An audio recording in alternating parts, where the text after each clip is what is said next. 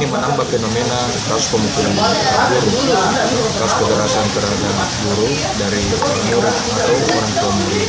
Bagi saya ini tantangan tersendiri bagi guru, bagi orang tua dan bagi penyelenggara pendidikan. Dan seharusnya wali kota mengajak dinas pendidikan, kemudian mengajak seluruh stakeholder untuk membicarakan ini, karena ini kan kasuistik. Bisa saja terjadi di banyak tempat, bisa saja terjadi lagi di tempat-tempat yang lain yang mungkin kasusnya lebih besar. Jadi kalau langsung diputus mata rantainya dengan tidak membuli anak ini supaya tidak diterima di sekolah manapun, sama dengan mematikan juga masa depannya. Saya tidak sepakat. Harusnya orang tuanya yang diberikan sanksi atas itu. Iya, artinya berlakukan dulu hukum yang ada yang mengatur tentang itu, ya itu dulu sambil kita carikan formulasi.